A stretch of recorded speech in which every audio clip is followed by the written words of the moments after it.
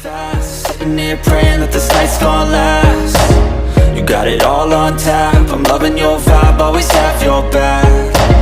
We like all the same tracks, listen all night in the sheets all black. Untuk bapak yang amat dihormati semua, salam sejahtera Malaysia. Selamat datang ke channel Fels Lifestyle. Saudara-saudara, sebelum ini di dalam ulasan daripada Syahabuddin Husin yang membuat kenyataan sangat spesial untuk seseorang pemimpin itu ataupun rakyat Malaysia yang menjadi Perdana Menteri di antara 33 juta rakyat. Tetapi untuk memegang tanggungjawab sebagai Perdana Menteri sudah pasti perlu datang daripada seorang yang boleh memegang ataupun mempunyai kuasa yang sangat besar. Saudara-saudara, kebanyakan bekas Perdana Menteri di Malaysia, kita jangan cakaplah Najib Razak yang kini menjalani hukuman penjara. Begitu juga Ismail Sabri Yaakob yang dipanggil SPRM berkaitan dengan penyalahgunaan dana. Muhyiddin Yassin pun turut sama ada kes mahkamah. Dan Tun Mahathir juga yang saya boleh lihat di dalam ruangan komen melalui video di dalam channel ini juga menyatakan bahwa Tun Mahathir ini sakau. Tetapi semua itu akhirnya hanya sebagai pandangan dan komen.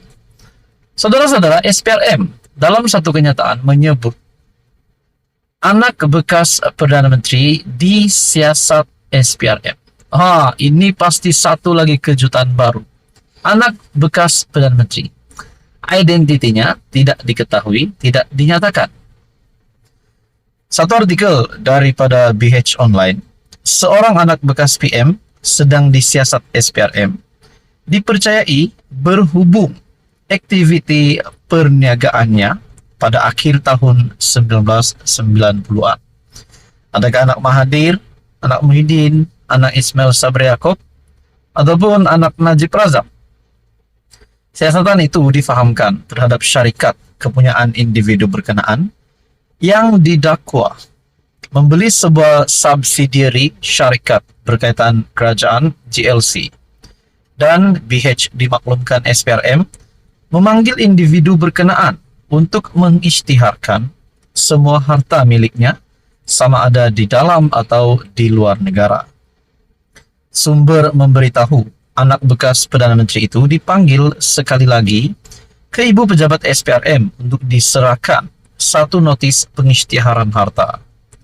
Siasatan menghendakinya mengisytiharkan semua harta miliknya sama ada di dalam atau di luar negara secara bertulis, kata sumber itu kepada BH. Bulan lalu SPRM sudah pun memanggil individu itu untuk direkam percakapan berhubung dakwaan salah laku rasuah serta penyelewengan. Setakat ini BH masih berusaha untuk mendapatkan pengesahan daripada pegawai kanan SPRM berhubung siasatan itu. Bagaimanapun menurut sumber itu lagi, dalam tempo tertentu syarikat berkenaan dijual kepada sebuah syarikat gergasi GLC dengan keuntungan ratusan juta ringgit. Carian BH mendapati individu berkenaan sebelum ini turut disenarai dalam offshore leaks. Namun tidak dapat dipastikan sama ada kes SPRM itu berkaitan atau tidak dengan pendedahan berkenaan. Offshore leaks adalah pendedahan kebocoran maklumat sebanyak 130,000 akaun pesisir luar pantai yang memperincikan maklumat keuangan pribadi mengenai individu dan pegawai kerajaan yang sebelum ini dirahsiakan daripada pengetahuan umum.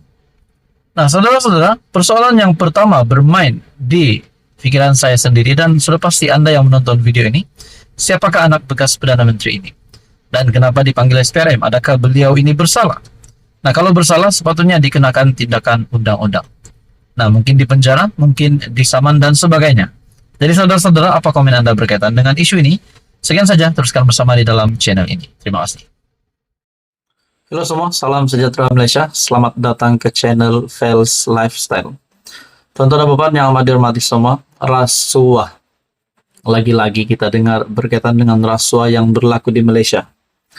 Nah, terbaru, terdapat dua kerajaan dahulu yang terlibat dengan salah guna dana berjumlah RM700 juta. Dan tempo yang dikeluarkan adalah pada tahun 2020 sehingga tahun 2022, di mana pada sepanjang tahun tersebut terdapat dua Perdana Menteri yang memimpin. Pertama, Muhyiddin Yassin, dan kedua Ismail Sabri Yaakob. Tidak dapat dibuktikan bahwa kedua-dua bekas Perdana Menteri ini terlibat dengan penyalahgunaan dana Rm700 juta tersebut. Tapi, akhirnya SPRM telah mengeluarkan satu keputusan di media. Seleweng dana, SPRM akan panggil seorang bekas Perdana Menteri. Tidak pasti Muhyiddin Yassin atau Ismail Sabri Yaakob. Tapi yang pasti, SPRM akan memanggil seorang bekas Perdana Menteri. Bukankah ini adalah satu permulaan cerita kepada masuk penjara? Nah, saudara-saudara, sebelum ini Syahbudin juga membuat ulasan kehidupan ataupun status Perdana Menteri adalah sangat spesial. Di antara 30 juta rakyat Malaysia, mereka dipilih menjadi Perdana Menteri. Semua Perdana Menteri itu. Tetapi akhirnya selepas menjadi Perdana Menteri, Ismail Sabri Yaakob dikatakan terlibat dengan siasatan ini dan dipercayai beliau adalah yang akan dipanggil SPRM. Begitu juga Muhyiddin Yassin yang kini terlibat dengan kes mahkamah. Najib Razak kita jangan cakaplah, beliau hari ini sedang berdepan dengan hukuman penjara. Tetapi saya amat respect kepada semua Perdana Menteri, bekas Perdana Menteri ini, disebabkan mereka pernah memimpin negara. Nah, kenyataan daripada SPRM ini dipercayai, ataupun dalam satu artikel, Ketua Pesuruhjaya SPRM, Tan Sri Azam Baki, mengesahkan seorang bekas Perdana Menteri dan bekas pegawainya akan dipanggil dalam masa terdekat untuk membantu siasatan susulan dakwaan penyelewengan dana kerajaan bernilai jutaan ringgit. Ia berkata demikian, ketika ditanya pemberita, ada Perdana Menteri ke-9 akan menjadi orang terakhir disiasat. Siasatan lebih kepada bagaimana dana kerajaan dibelanjakan dan syarikat-syarikat yang mendapat dana, itu penting. Kami telah pun panggil syarikat-syarikat berkaitan. Mantan Perdana Menteri dan juga mantan pegawai-pegawai yang terdekat dengan dia akan dipanggil. Saya tak ada senarai jumlah yang akan dipanggil, tapi tak kurang dari 4 individu akan dipanggil dalam masa terdekat. Katanya buat masa ini hanya seorang bekas Perdana Menteri dipanggil. Nah, persoalannya adakah Tan Sri Muhyiddin Yassin atau Ismail Sabri Yaakob? Walaupun namanya tidak disebut secara khusus, Azam dipercayai merujuk kepada Ismail Sabri Yaakob yang memimpin Kerajaan Perikatan Nasional dan Barisan Nasional sebelum ini. Malaysia kini melaporkan SPRM memulakan siasatan terhadap dakwaan rasuah yang dikaitkan dengan Ismail. Selain anggota Parlimen Berak, beberapa bekas pegawainya turut disiasat, termasuk pembantu Ismail yang dilantik secara politik ke jawatan kanan di pejabat Perdana Menteri pada masa itu. Siasatan dilaporkan dibuat 4 hari selepas Menteri Komunikasi merangkap juru cakap kerajaan Fahmi Fadzil berkata, rakyat berhak tahu berkenaan perbelanjaan Rm700 juta untuk iklan dan publicity oleh 2 pentadbiran terdahulu.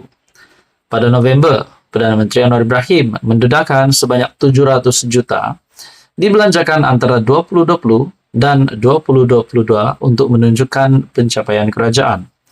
Anwar memberitahu Dewan Rakyat bahawa sebanyak Rm500 juta dibelanjakan ketika pentadbiran Muhyiddin Yassin 2020 ke 2021, manakala 200 juta lagi ketika pentadbiran Ismail Sabri 2021-2022. Siasatan juga dibuat di bawah Akta SPRM 2009. Saudara-saudara, adakah ini akan membawa kepada satu keputusan yang mengerikan ataupun keputusan yang mengejutkan? Kita nantikan saja, teruskan bersama di dalam channel ini untuk info yang seterusnya.